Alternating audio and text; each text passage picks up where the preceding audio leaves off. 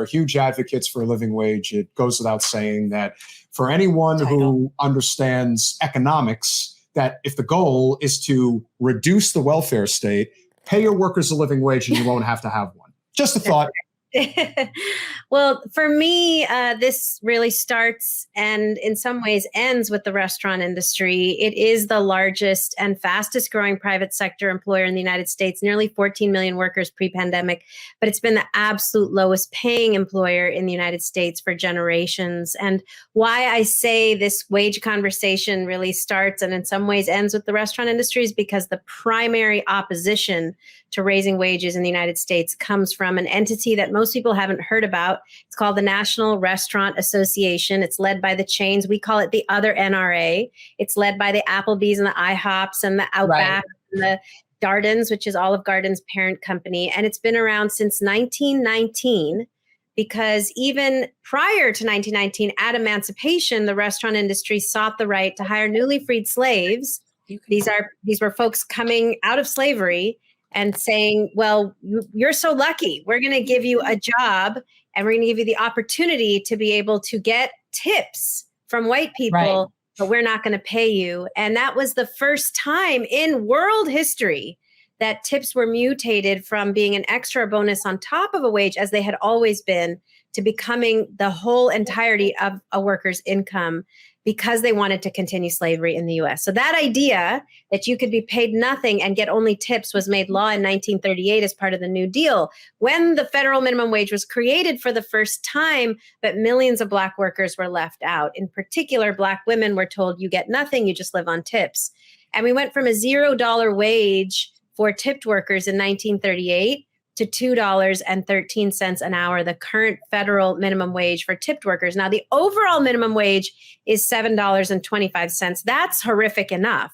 And then when you think about people who earn tips, who are mostly women living on the highest rates of poverty and sexual harassment of any industry, because they have to put up with so much to get those tips at $2. I mean, both of these numbers are just ridiculous, outrageous for the United States of America in 2022. But both of these numbers are the result of literally a century of lobbying by the National Restaurant Association to keep the overall minimum wage as low as possible, and then to basically ensure that they don't have to pay it, that they don't have to pay their workers because their workers get tips. Yeah, I've waited tables. I waited tables through college. I waited tables after college. I've waited tables. And it was, at the time, it was like $2.11, $2.17 an hour, which, by the way, it still is in places. That's right. Which is insanity, because this was from, I'd say, 89 to 94-ish, and it's still the same. But something that came to my attention recently, a friend of mine who works for Cracker Barrel, she was able to work in a different store location over the summer, but the wages are different. So she thought, oh, well, I hear they make better tips here. Well, yeah, but their wage is less. So she was ending up, people don't realize, explain this, because you end up paying your tips in your taxes. That's right. So many workers year after year, their employers, people always blame workers for not paying their taxes, but what people found during the pandemic is that employers never report workers' tips. They make assumptions about how much people make. They don't know. And by the way, the law requires employers to actually know how much work tips people are making, because if they're not bringing people to the full minimum wage, employers are supposed to go pay the difference. Nobody ever does that. In fact, under Obama— I've never heard of that even. I've never even heard that was a thing. That's the law. And under the Obama administration, they found an 84% violation rate with regard to employers actually making up that difference. I actually think that's low. It's probably like 100% violation rate, because no employer, like you said, ever knows how much people are making. So they report some random number in terms of how much people are making, and then people end up paying taxes on tips they never earned. And so every April we hear from tipped workers who are just in a lot of tax problems and even debt, because they're being asked to pay taxes on tips they never earned. But look, it got so much worse during the pandemic. During the pandemic, tips went way down because sales went down. Sexual harassment, which was already the highest in our industry of any industry, went way up. And workers just got to a point when they were asked to enforce COVID protocols on the same people from whom they're supposed to get tips to make up their base wages. They said, we're done. So 1 million workers have left the industry and millions more are leaving. Of those who remain, 54%, more than half say they're leaving, and 80% say the only thing that would make them stay is a full wage with tips on top. And in response, the most miraculous thing has happened. After decades of saying it's impossible, we'll go under, there's no way we could pay these workers a wage, thousands of restaurants across the country are now paying 15, 20, 25, $30 an hour plus tips. We're hearing restaurants in Dallas, Texas that could pay $2 and did pay $2 last year are now paying $25 an hour. Restaurants in Massachusetts, Blue Massachusetts, wages $5 an hour. They're paying $50 in Cape Cod because they can't get staff to come any other way. And so suddenly the thing people said was impossible is possible because workers are finally refusing to work for anything less than a livable wage. We are experiencing a historic moment of worker upheaval. And as a result, we're finally winning. So is your organization, you're working primarily, are you national? Are you okay? Because it's such a state by state thing. Like, how's your mission going? Like, how do you really see this playing out? Like, how can we help you? Thank you. So our mission is to raise wages across the country and to end all subminimum wages in the US. And I just want to explain that for a minute.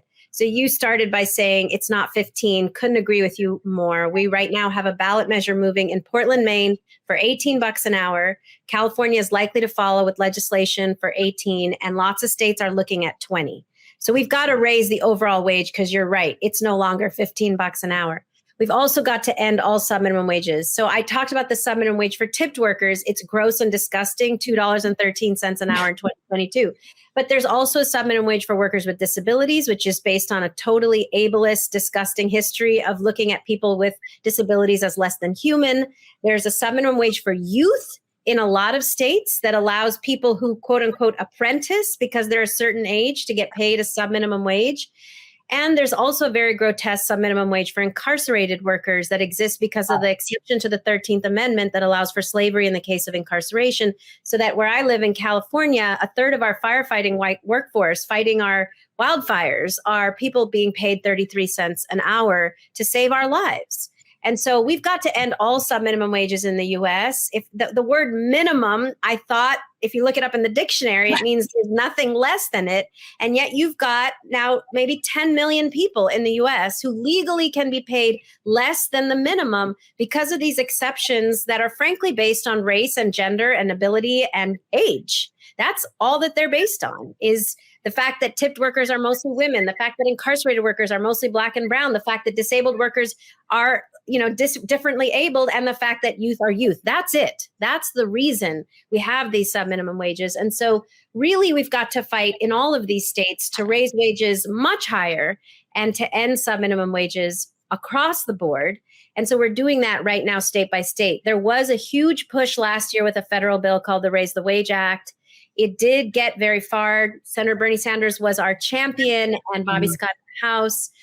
Actually, President Biden was a big supporter, but 8 Democrats in the Senate killed that bill. And it wasn't just Manchin and Sinema. I can name the others, but sadly, we've got too many Democrats who roll over again to whom? To the National Restaurant Association. It was the other NRA that blocked that bill. And we had, I'm just going to name some of them. We had Democrats like Senator Maggie Hassan in New Hampshire say, sorry, I can't vote. The Restaurant Association told me I couldn't. She said the restaurant... And she really wants to get reelected in a month. Oh, I know she does. I know she does. But she voted no. And of course, Kristen Sinema did her thumbs down on the bill, remember? And, yeah, exactly. So we've got Democrats who are beholden to the other NRA. That's got to end. And so right now we're moving a state by state campaign. We call it 25 by 250. We're moving bills and ballot measures in 25 states across the country. We've got to end these legacies of slavery by our 250th anniversary. Look, 2026 is the 250th anniversary of the Declaration of Independence. We need to declare independence from these legacies of slavery and from this exploitation economy that results in so many millions of people not look, we've gone beyond all the arguments, right? People can't afford right now to feed themselves. They're on public assistance. People are not able to house themselves. We've got a huge increase in unsheltered populations. But way beyond that, people are saying, I cannot even afford to work anymore. It costs me more in gas and childcare to get to the restaurant than I earn when I get there. Imagine the cost of a gallon of gas right now is more than these workers' hourly wage, because in most states they're earning $2, $3, and $4. Why would you spend more money to get to work than you get when you get there? You won't. And so not only are workers no longer able to survive, huge industries are not able to function because they don't have enough staff. And until we raise the wage, our economy will never fully recover from the pandemic. Thanks for watching. If you want to support our mission to transform politics into service, please like this video, subscribe, follow us on social media, and consider joining our Patreon, where you'll get early access to our interviews as well as other exclusive content. Links are in the description. Peace out.